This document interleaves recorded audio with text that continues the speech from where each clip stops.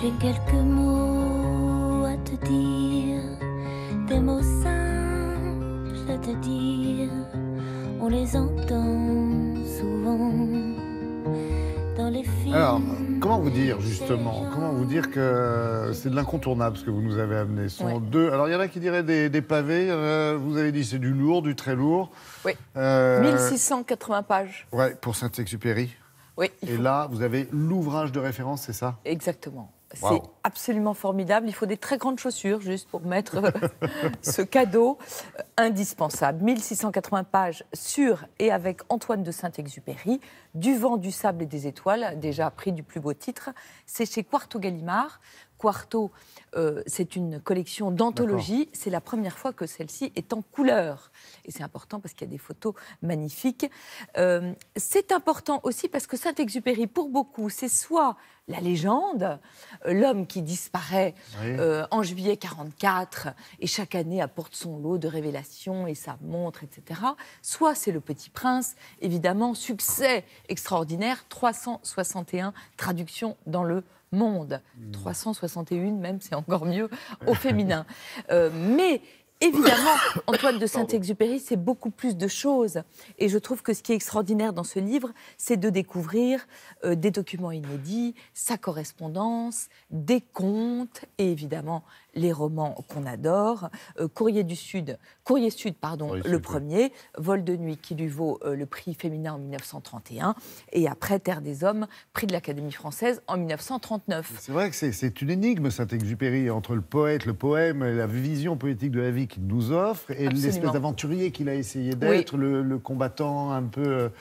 Oui, et vous avez raison. Et tout ça, je trouve, est extrêmement bien résumé dans la revue Le 1, vous savez, la très belle revue d'Éric Fotorino. Il y a une interview de Philippe Forest à propos de Saint-Exupéry qui dit « Son idée essentielle, il l'exprime dans Terre des hommes et dans Pilote de guerre. Chacun est seul responsable de tous. » Et c'est encore la morale du Petit Prince. Chacun est seul responsable de tous. Je trouve que c'est une phrase très en résonance avec l'époque. On découvre surtout, en fait... On va l'écrire sur les murs, d'ailleurs, un peu partout. Oui, on peut. On découvre que vraiment, tout l'ADN, comme on dit aujourd'hui, d'Antoine de Saint-Exupéry, c'est dans l'enfance. Vous savez, il naît en 1900 à Lyon. Il est d'une fratrie de 5 enfants. Sa sœur écrira très, très joliment sur son petit frère. On l'appelle le roi soleil, la pensée sera à l'aise sous ce front magistral. Vraiment, Saint-Exupéry a beaucoup dit que son pays, c'était l'enfance. Enfance pourtant interrompue par un drame, puisqu'il a 4 ans lorsqu'il perd son père. Mais il a une mère extraordinaire et une des plus belles choses de ce volume, c'est la correspondance avec sa mère, qui est absolument empreinte d'une tendresse folle. Il y a aussi une lettre, je trouve, très, très émouvante. C'est celle du mécanicien qui, alors que Saint-Exupéry a 12 ans seulement, lui fait faire son baptême de l'air. Et il raconte, il dit « Je reverrai toujours le visage illuminé qu'avait Antoine de Saint-Exupéry lorsqu'il descendit de l'appareil. Une vocation venait de naître. » Donc, vraiment, vous avez comme ça des détails qui cernent l'homme, des dessins insensés. Il a toujours beaucoup dessiné. Lorsqu'il est à Casablanca et qu'il passe son brevet de pilote et qu'il commence vraiment à piloter beaucoup, il fait des dessins de tous ses camarades. C'est extraordinaire la manière qu'il avait d'attraper les positions et les ressemblances. Vous savez comment ses camarades l'appelaient? Non. Le bon génie. Parce que c'était vraiment un être solaire. On découvre après, évidemment, la naissance du Petit Prince. Il y a toutes les esquisses, les brouillons. Oui, je me souviens d'avoir vu quelques-unes. Là aussi, c'est très fidèle à ce qu'on nous a montré par la suite, ce qui a été très médiatisé. Voilà.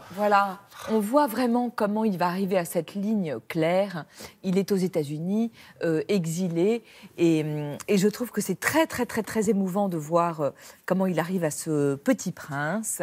C'est chez Quarto Gallimard et vraiment, voilà. Alors je vais l'offrir à Sarah, mon amie, parce que si vous avez bon souvenir, la dernière phrase de son spectacle est issue de Saint-Exupéry. Oui. Sarah, je te laisse la dire. Dans ma civilisation, celui qui diffère de moi, loin de me léser, m'enrichit. Voilà. C'est ce qui m'a valu ce cadeau. C'est un beau cadeau. C'est vrai qu'à travers ces dessins, on comprend mieux ces mots. Mais oui, bien sûr. Magnifique. En plus, c'est intéressant. Ouais. On explique vraiment comment il a écrit et dessiné Le Petit Prince, parce que pour lui, c'était aussi important que ce soit un livre à regarder qu'un livre à découvrir. Alors moi, j'ai le mauvais rôle, je suis chef de gare. Vous avez 1 minute 30 pour me parler du deuxième ouvrage. Un gros volume pour tout comprendre sur l'économie, l'art, la grammaire, l'histoire, c'est ça? Surtout Le Petit Larousse, culture générale, écrit par François Reinhardt, ancien journaliste de l'Obs, qui était sérieusement drôle ou drôlement sérieux, en tous les cas, qui était vraiment génial. Très drôle. Très, très drôle. Vincent Broquevielle. Et ils se sont mis à deux pour écrire justement une sorte de version nouvelle du Quid, disais-tu, Frédéric? Oui, qui n'existe plus.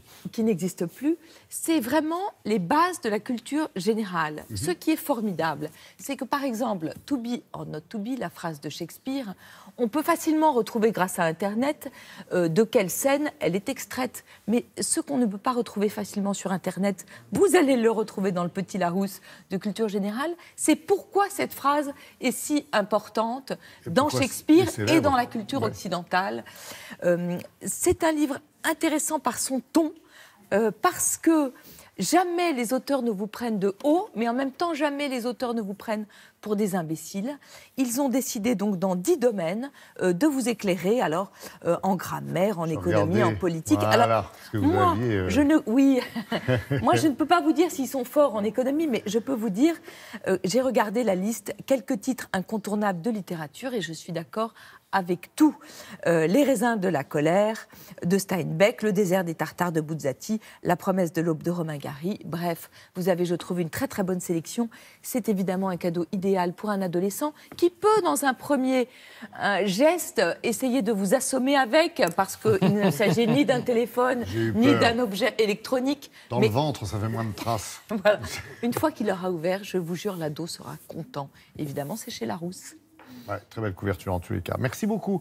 Merci Olivia pour ces précieux conseils, pour nous avoir si bien parlé de Saint-Ex et de cette encyclopédie du 3e millénaire. Merci Sarah pour nous avoir fait découvrir non seulement un personnage qui est à l'origine des musées, mais aussi la beauté et l'intelligence de ce musée de Marseille. Merci à Frédéric pour tous ces conseils de divertissement culturel.